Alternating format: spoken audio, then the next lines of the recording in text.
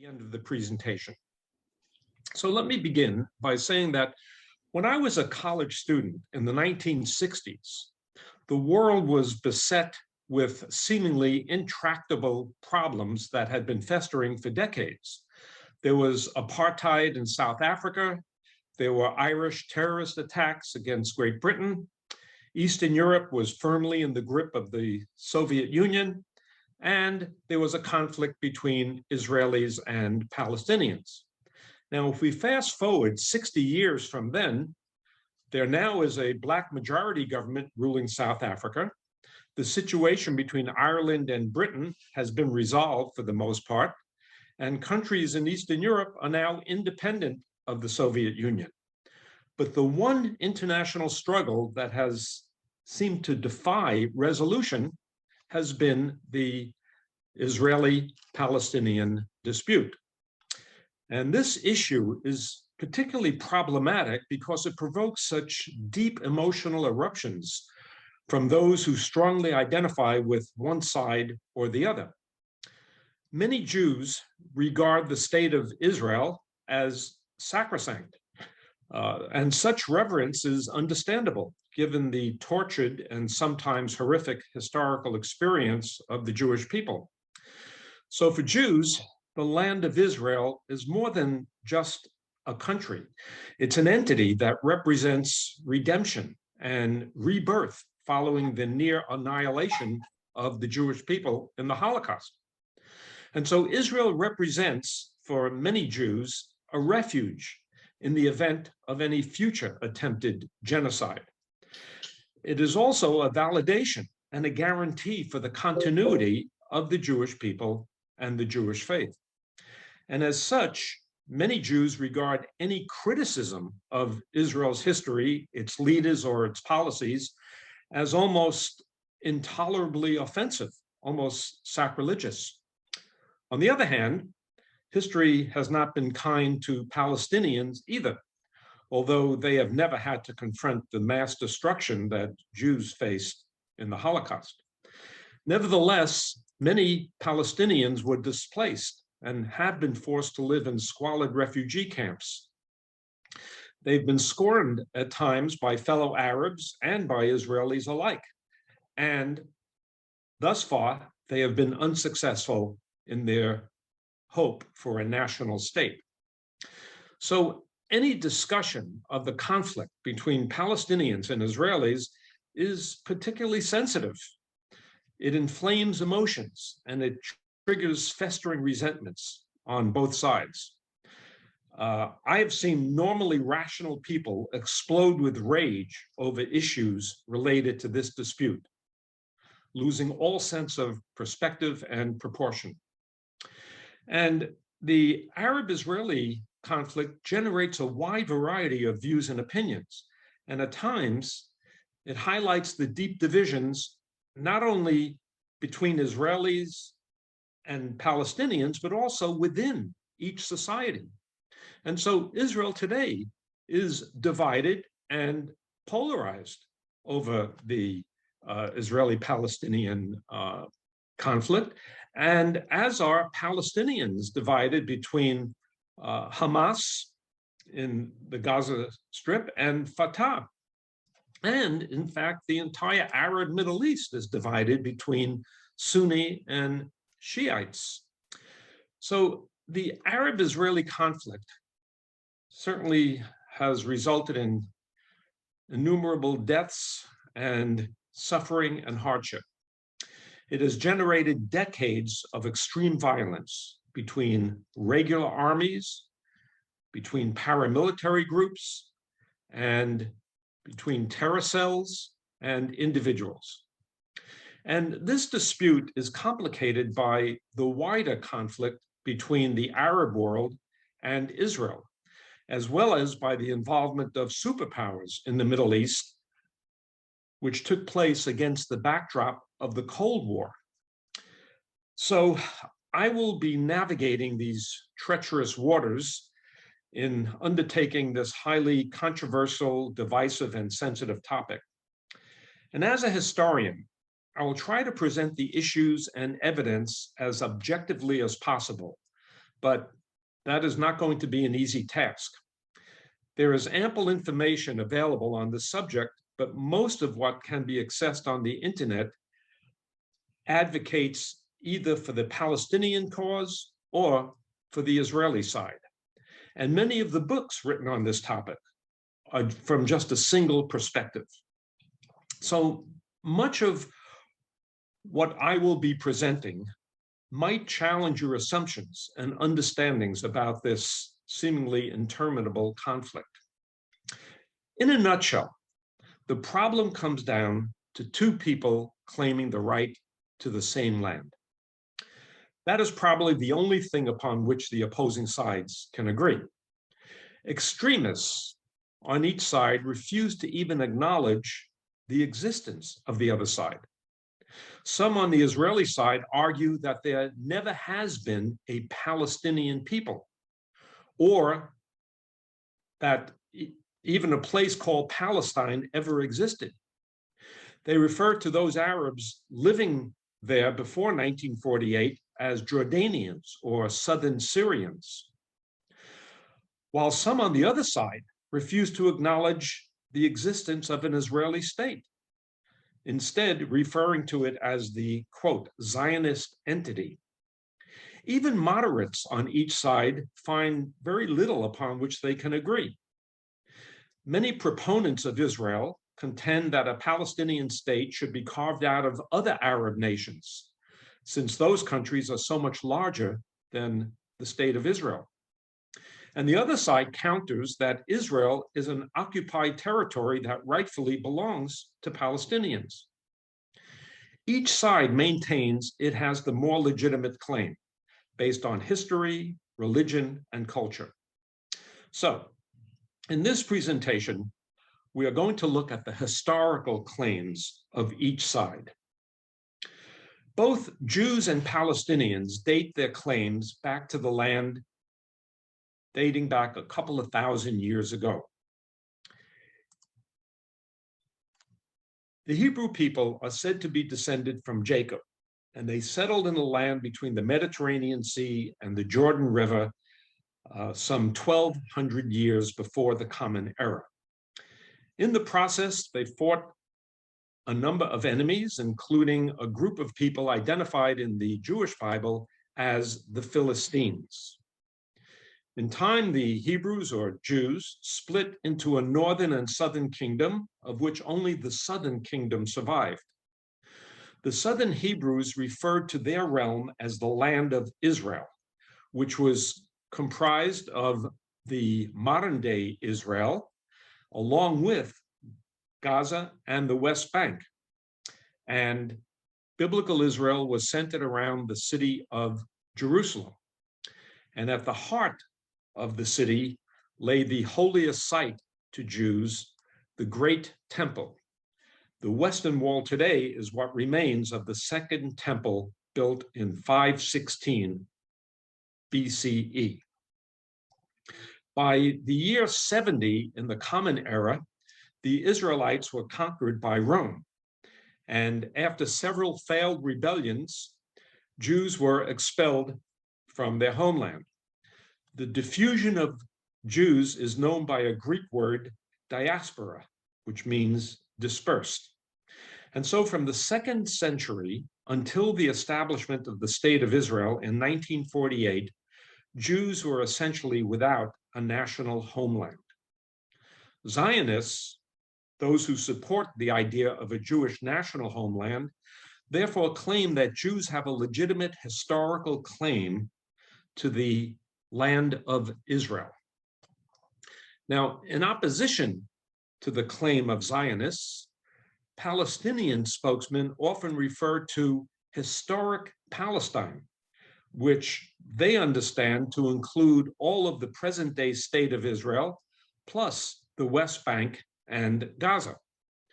Now, the word Palestine is a perversion of Philistine, the name of an ancient people who emerged from the Eastern Mediterranean, possibly from Crete, and they settled in the coastal strip between the modern-day Gaza and Tel Aviv in the 12th century before the Common Era. After 300 years, they fell under the successive domination of Egypt, Babylon, Persia, Greece, and Rome. So by the first century of the Common Era, they had all but vanished as a distinct people. When the Romans exiled the majority of Jews in 132 Common Era, they renamed the land of ancient Israel and they called it Syria Palestina. The idea was that the Romans wanted to erase the Jewish presence from Israel by exiling and renaming their homeland after their biblical enemies. It really represented a final humiliation of Rome against Jews. Now, geographically, Syria Palestina stretched from what is today Egypt to Turkey, from what is today Israel to Jordan.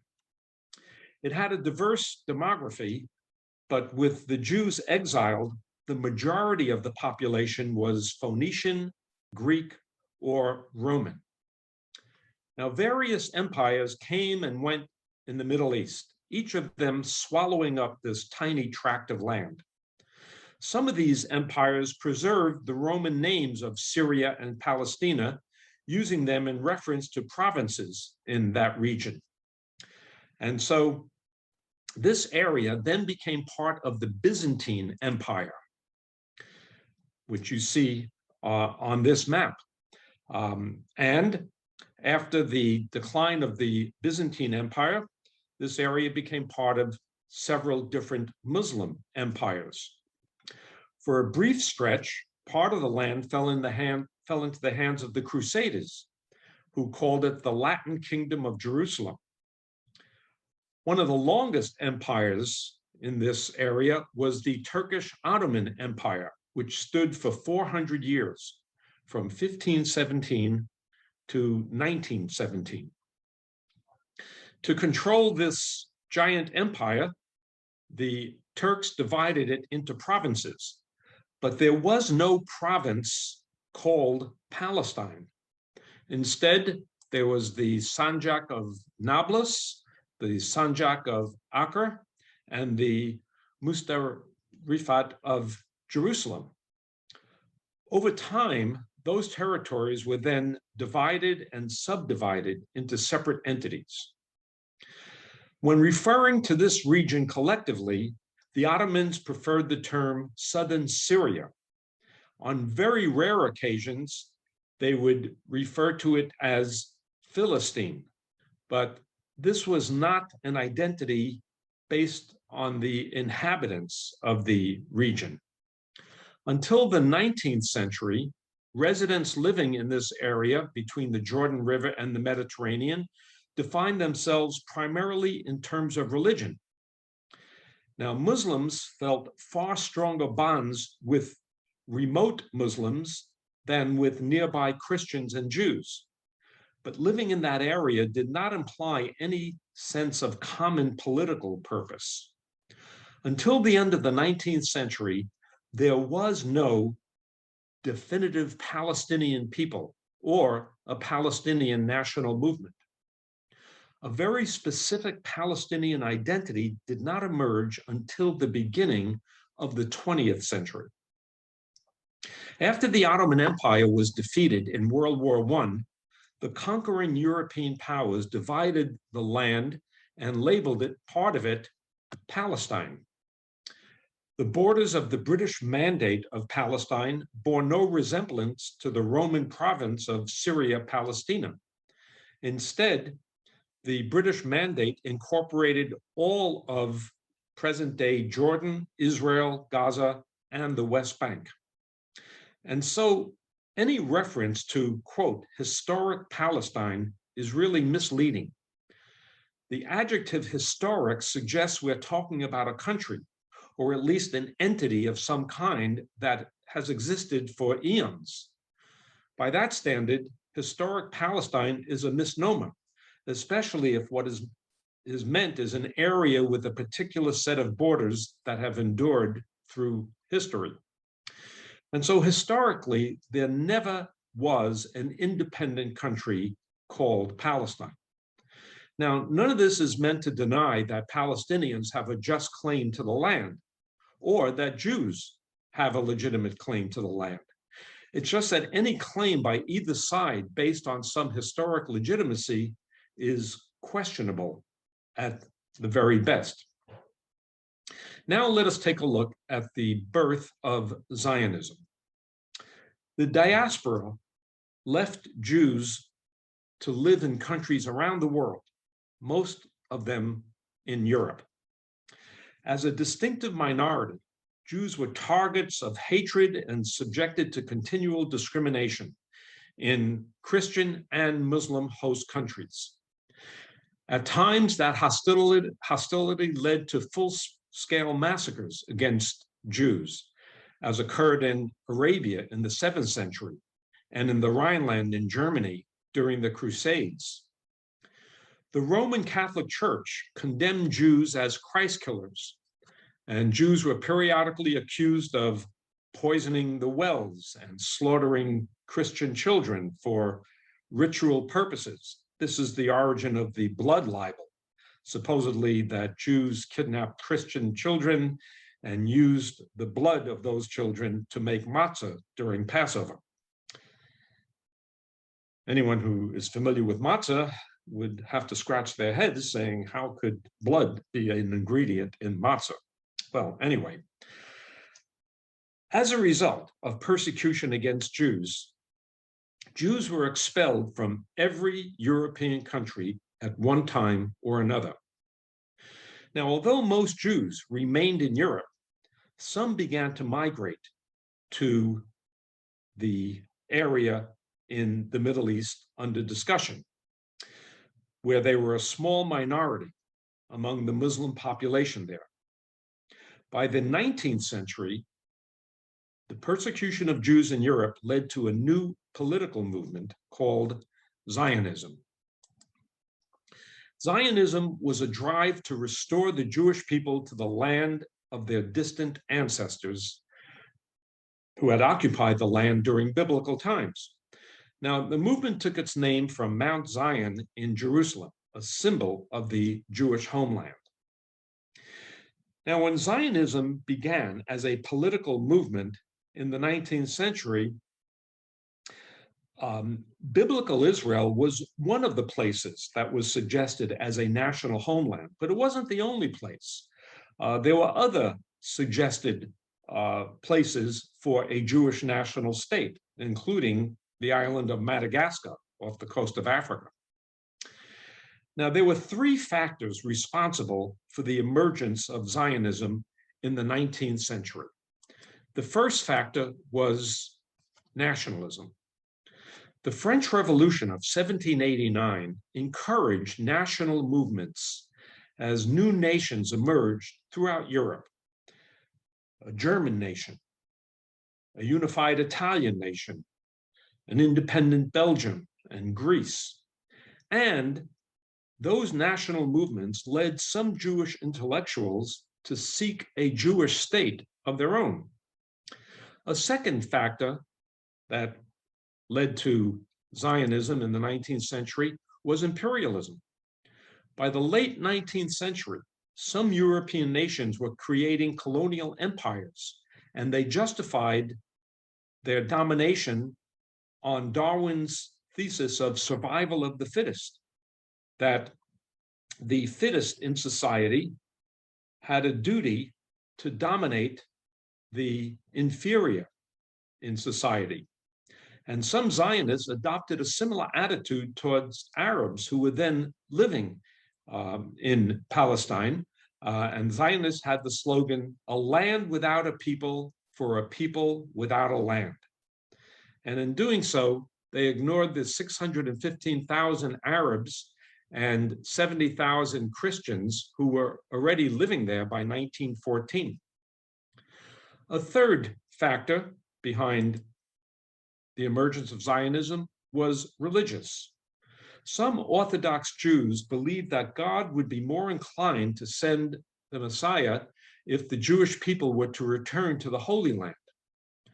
But until the 1890s, Zionism was more of a philosophy than a political movement. But then in 1894, the Dreyfus Affair erupted in France. Alfred Dreyfus was the highest ranking Jewish officer in the French army, and he was accused of spying for Germany.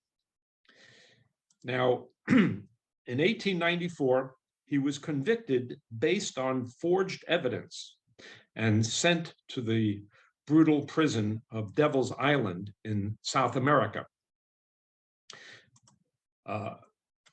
The controversy over whether Dreyfus was guilty or innocent split French society as no other controversy in French history.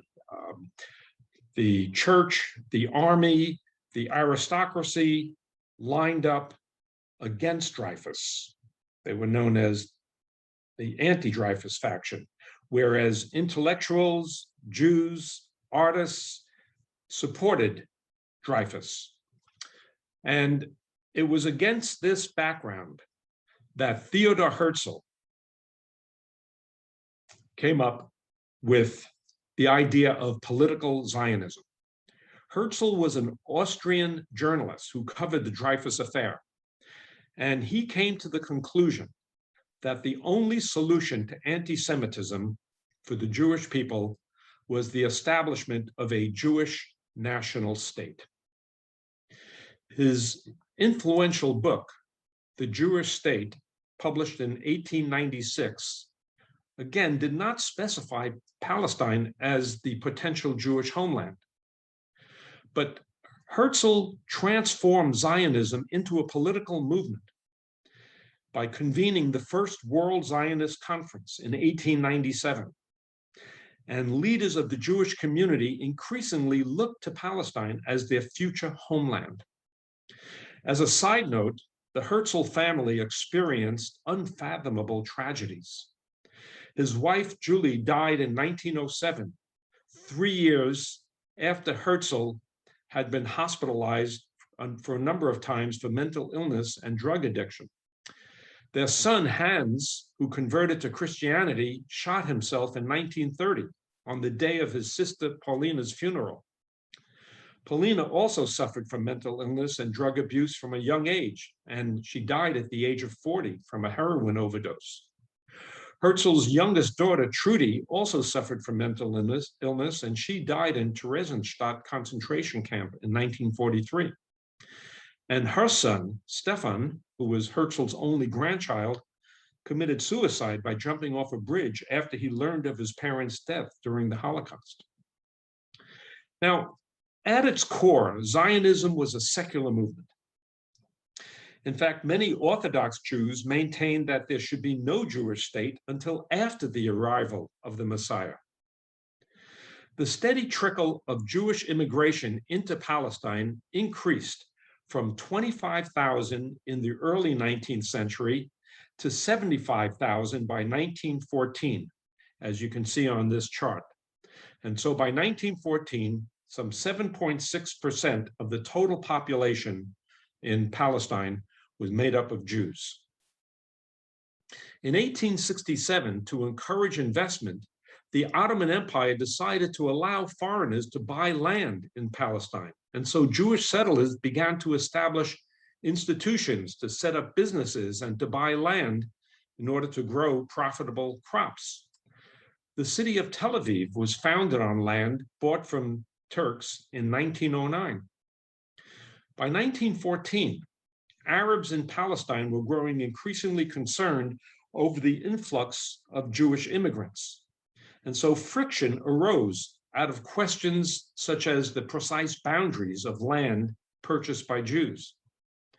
Now, although by 1914, Jews owned only 2% of the land in Palestine, the indigenous population was alarmed over the increasing number of self-contained Jewish colonies that were emerging in Palestine.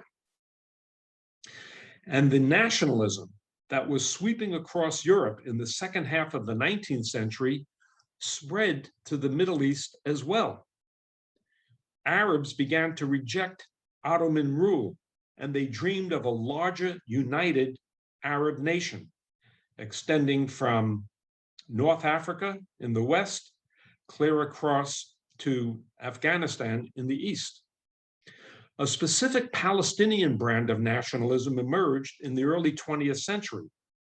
It was spurred by resentment against what they considered Jewish encroachment. Educated Palestinians began to think in terms of a Palestinian nation, and the first Palestinian nationalist organization was formed at the end of World War I.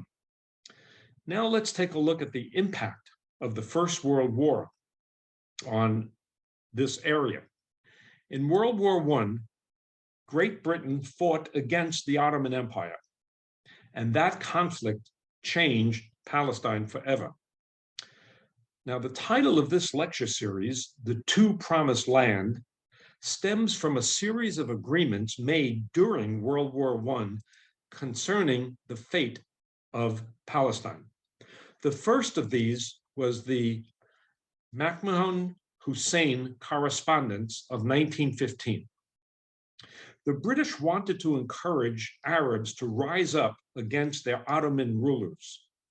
And so the British Consul General in Egypt assured the Sharif of Mecca, that's the governor of Mecca, that Britain would support Arab independence if Arabs would rise up against the Ottoman Turks.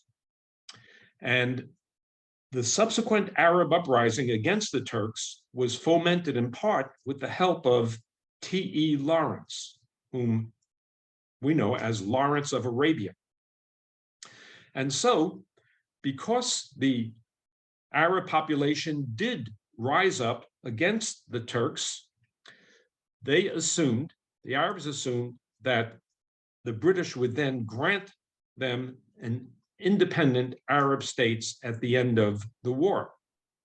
Now, the second conflicting agreement was, well, the first was if Hussein, the Sharif of Mecca, would lead the Arabs in a revolt against the Ottomans, the British would support their independence. The second agreement was called the Sykes-Picot Agreement in 1916.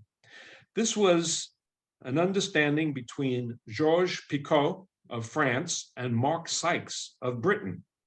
And according to this agreement, Britain and France would divide the Middle East among themselves at the end of the war. That is, they would deny Arab independence. And that would conflict with the previous Mohammed-Hussein correspondence. And if this wasn't confusing enough, there was a third agreement, the Balfour Declaration, in which the British Foreign Secretary, Sir Arthur Balfour, declared the following: His Majesty's government view with favor the establishment in Palestine of a national home for the Jewish people, and will use their best endeavors to facilitate the achievement of this object, it being clearly understood that nothing shall be done which may prejudice the civil and religious rights of existing non-Jewish communities in Palestine or the rights and political status enjoyed by Jews in any other country. Now, it's impossible to overstate the significance of this 70-word commitment in the current impasse between Israelis and Palestinians. The Balfour Declaration was the first official document acknowledging the need for a Jewish homeland, and it became the legal basis for the establishment of the State of Israel 31 years later. The principles outlined in the Balfour Declaration were included in the mandate given to Britain by the League of Nations. And as I'll discuss shortly, the mandate transformed the Balfour Declaration from a British document to becoming a part of international law. And as such, it represented a monumental political victory for the Zionist movement. But for Palestinians, the Balfour Declaration became a symbol of Western treachery and deceit. Not only did it renege on the Mohammed Hussein promise of Arab independence, it was seen as the height of British arrogance. Here was Great Britain promising a land it had not yet conquered in 1917 to a people who were not yet living there, without asking the majority of the inhabitants in that area. And Britain promised that land against the wishes of a majority of the people who had been living there for hundreds of years. By November 1917, Jews represented less than 10% of the population of Palestine. So why did Britain issue the Balfour Declaration? Well, at the time, the British government was divided between those like Winston Churchill, who supported the Zionist cause, and anti-Zionists, who were more sympathetic to the Arab side. But Britain needed the United States to win World War I. And by November 1917, the United States had already entered on Britain's side. And Jews in America at the time, for various reasons, had opposed America's entry. Jews of German background didn't want the United States to fight against Germany. And Jews of Russian background, who had escaped Tsarist pogroms, didn't want to see America fighting on Russia's side. And so Britain supported a Jewish homeland to reduce the opposition of the American Jewish community so that they would support the United States entering the war on Britain's side. The Balfour Declaration also aimed to dissuade Jews in the German and Austrian armies from fighting against Great Britain. In the end, Britain's motives were irrelevant. What mattered most was that the world's foremost imperial power, Great Britain, appeared to be giving its blessings to the Zionist cause. And that dealt a bitter blow to Palestinian Arabs. And here is a cartoon, clearly on the Palestinian side, showing the British giving the land to Jews. And this is a clearly anti-Semitic cartoon, because you see these stereotypical images of Jews. And it shows Britain and the Jewish community tearing up a Palestinian flag. Now, despite the historical significance, there was much that was ambiguous about the Balfour Declaration. It said nothing about a Jewish state or a Jewish nation. It only referred to a home for the Jewish people, without defining exactly what that meant. And it set no specific deadline for the establishment of that home. And so while the declaration seemed to protect the civil and religious rights of the majority Arab population there, it said nothing about their political rights. And so the complicated and ambiguous wording of the Balfour Declaration put Great Britain in an impossible situation. It seemed to be committed to advancing the building of a national home for Jews in Palestine without harming the rights of the Arab population, whose positions were growing increasingly nationalistic. And so, like many issues in the Middle East, the opposing sides looked upon the Balfour Declaration very differently. Zionists applauded it as redemptive, a document that promised to return Jews to their ancient and rightful home. The Arab population of Palestine denounced the Balfour Declaration as an arrogant proclamation of Western imperialism. They questioned where Britain had the legal right to promise this land to Jews as a national homeland. Now, following the end of World War I, the League of Nations awarded Britain and France mandates over former territories in the Middle East. So as you can see here, France was given a mandate to govern Syria and Lebanon, whereas Britain was given a mandate to govern Iraq, Transjordan, and Palestine. The idea of these mandates was that the French and the British were supposed to prepare the populations of these areas for eventual independence. And so these mandates were deemed suitable for independence after a period of assistance from these established Western democracies of Britain and France. But there was no time limit given for their independence. And so Britain established the Mandate of Palestine, which extended from the Mediterranean and across the Jordan River. When the League of Nations granted Britain this mandate, the Balfour Declaration became a legal document recognized by the international community, despite Arab protests.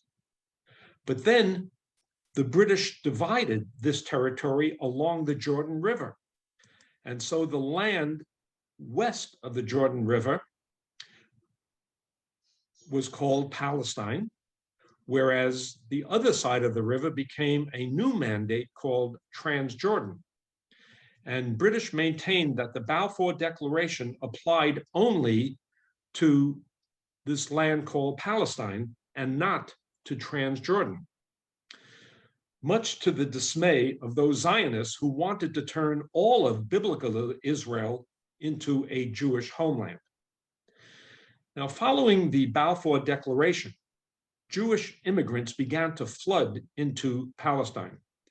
During the 1920s and 1930s, the Jewish population in that area tripled from 10% of the overall population to 30%.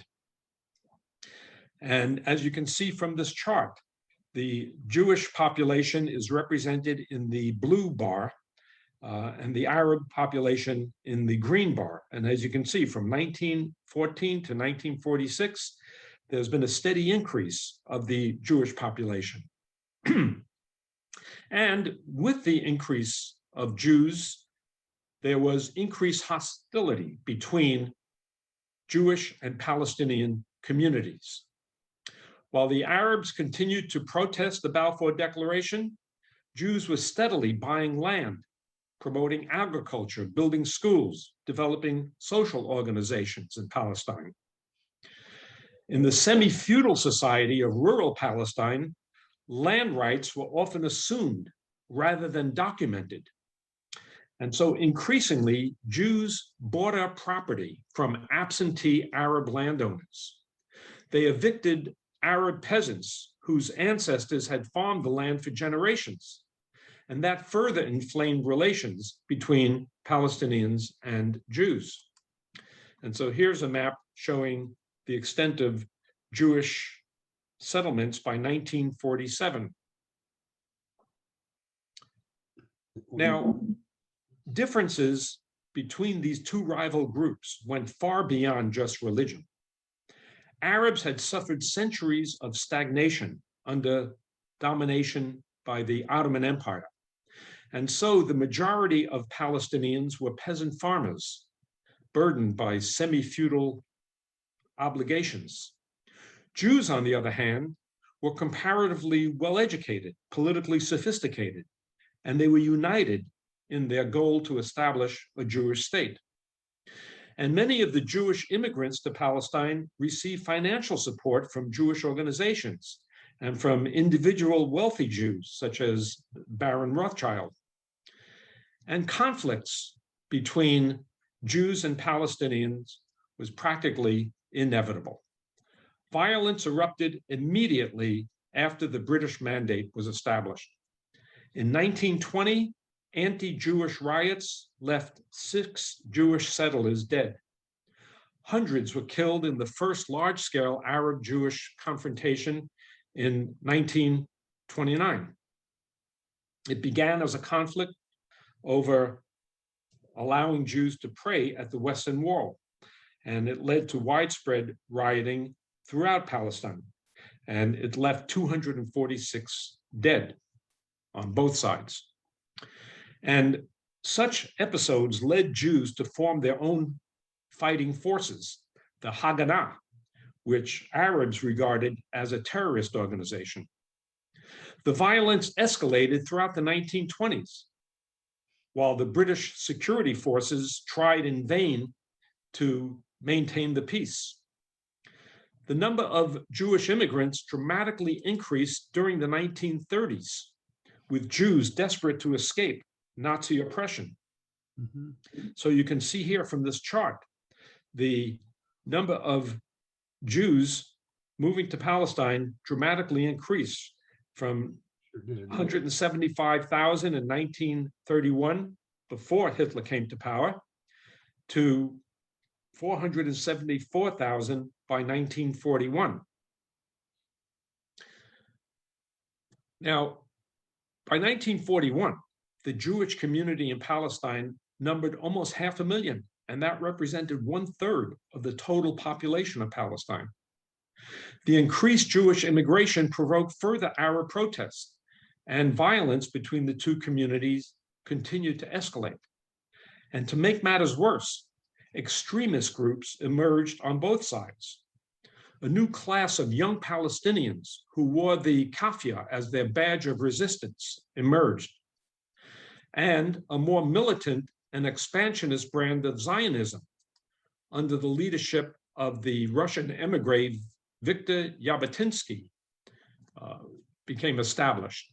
They were called revisionists, and their goal was to establish a Jewish state on both sides of the Jordan by violence, if necessary.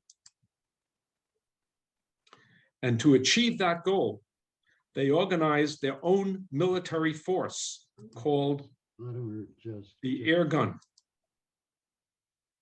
Now, from 1936 to 1939, there was a massive Arab revolt against British rule in Palestine. And so to restore order, in 1937, the British set up the Peel Commission to find some solution. And the commission recommended a three-way partition plan. So if we look at this map, it called for a Jewish state to be carved out of 1/3 of Palestine, this area in dark gray. And the commission called for a larger Arab state and a small special zone that would remain under the British mandate, this area here that you see on this map. Now, most Jews in Palestine accepted the recommendation, but the Jabotinsky revisionists rejected it because it would end their dreams of a greater Israel. And the Arabs also turned down the proposal by the Peel Commission. Think how different things would have been today if that partition would have been accepted by all sides. Israeli statesman Abba Eban once pronounced, quote, "The Arabs never miss an opportunity to miss an opportunity." And we might wonder why the Arabs turned down this opportunity for a Palestinian state. But from the Arab perspective, in 1937, the Peel recommendation was absurd. They asked, where does a foreign power, such as Great Britain, come off giving away land occupied by Arabs for the past 13 centuries? By 1938, Britain knew it would soon be involved in a war with Nazi Germany, and they needed to court the Arab world in order to secure supplies of oil, which would be necessary to win the upcoming war. And so by 1938, Britain abandoned the idea of partition and instead promised full independence for a united Palestinian state within 10 years. Great Britain issued the White Paper of May 1939 that limited Jewish immigration to only 15,000 per year. And it also limited the amount of land Jews were allowed to purchase in Palestine. Clearly, this White Paper was an attempt by Great Britain to win favor among Arabs. With World War II on the horizon, again, the British wanted to secure oil resources in Arab land. But this White Paper, limiting only 15,000 Jews a year, came at a time when Jews were growing ever more desperate to get out of Nazi-occupied lands. Now, Jews bitterly denounced the White Paper as a betrayal of the Balfour Declaration.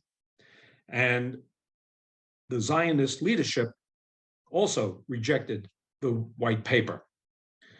Now, during World War II, most Arabs and Jews supported Great Britain, but there were exceptions. Mohammed Amin el-Husseini, the Grand Mufti of Jerusalem and the most influential figure in Palestinian politics, he supported the Nazi cause. And Jabotinsky's revisionist Zionists remained hostile to Britain. By the end of the war, several circumstances had changed in this situation. Britain was bankrupt and exhausted by 6 years of war, and it had no stomach for any further conflict in Palestine, and it wanted out. The League of Nations, which granted Britain the mandate over Palestine, was now defunct by 1945. And Arab countries surrounding Palestine were now independent. Egypt organized an Arab League composed of Syria, Saudi Arabia, Transjordan, Iraq, Lebanon, and Yemen, all of which was directed against Zionism. And as the full extent of the Holocaust became known by the end of World War II, there was worldwide sympathy for the Zionist cause. And the United States had emerged by 1945 as the world's greatest global power. And with the Cold War, the United States was determined to keep the Soviets out of the Middle East in order to guarantee the supply of oil for Western nations. Now, there were members of the United States State Department who favored the Arab side because of the Cold War, because they wanted to make sure that oil in Arab countries would not fall into the hands of the Soviets. But American public opinion was decisively pro-Jewish. By 1946, Britain was convinced that unlimited Jewish immigration would make their task in Palestine more difficult. So it imposed a monthly ceiling of 1,500 Jews into Palestine. But by then, there were 250,000 Jewish refugees in horrific displaced persons camps throughout Europe. And they were desperate to leave those DP camps to what they considered their homeland in Palestine. And to prevent these Jewish refugees from reaching Palestine, the British Royal Navy intercepted and turned back shiploads of Jewish immigrants headed for Palestine. Some were returned to European DP camps, while others were interned in camps in Cyprus. Now, the Jewish community in Palestine, headed by the Jewish Agency, responded by waging a violent campaign against the British. The Haganah worked closely with the Irgun to bomb British police stations and other installations in Palestine. In July of 1946, they bombed the British security headquarters in the King David Hotel, killing 91 people. By the end of 1946, violence on the part of Jewish military forces had claimed 373 lives. And so it was amid this chaos that Britain decided once and for all to get out of Palestine and to turn the entire affair over to the newly created United Nations. And so next week, we will begin with the UN partition plan and the establishment of the State of Israel. So I know that's an awful lot of history that we covered. And so at this point, we'll take a look at the questions and comments that you might have. So Jerry, there's one question in there that I'm aware of, and it was, when did the British mandate become official? Was it 1918? The British mandate became official, I believe, in 1919, with the creation of the League of Nations. It may have been at the end of 1918, but I think it was 1919. Any other? And anybody else? Yes, I have a question. Okay. Hello. Yeah, go ahead. Yes. I want to ask Professor Schwartz, was there any faction in the Palestinian world, or in particular, in the Palestinians living in what considered Palestine, that favored the establishment of a Jewish state? That's a very good question, Dr. Seifer. To my knowledge, there has never been any documentation of Palestinians who favored the creation of a Jewish state. If there were Palestinians who did favor the creation of a Jewish state, they probably would not speak out in favor of a Palestinian state because that would put their lives in danger. So if there were, it's not a matter of historical record.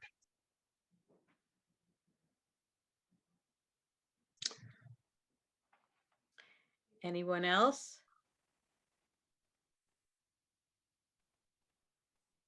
So as you can see, this is a very complicated history, and I'm trying to give the perspective on both sides so that you can evaluate which side has the more legitimate claims. And as we go on, again, throughout these lectures, I will try to offer multiple perspectives.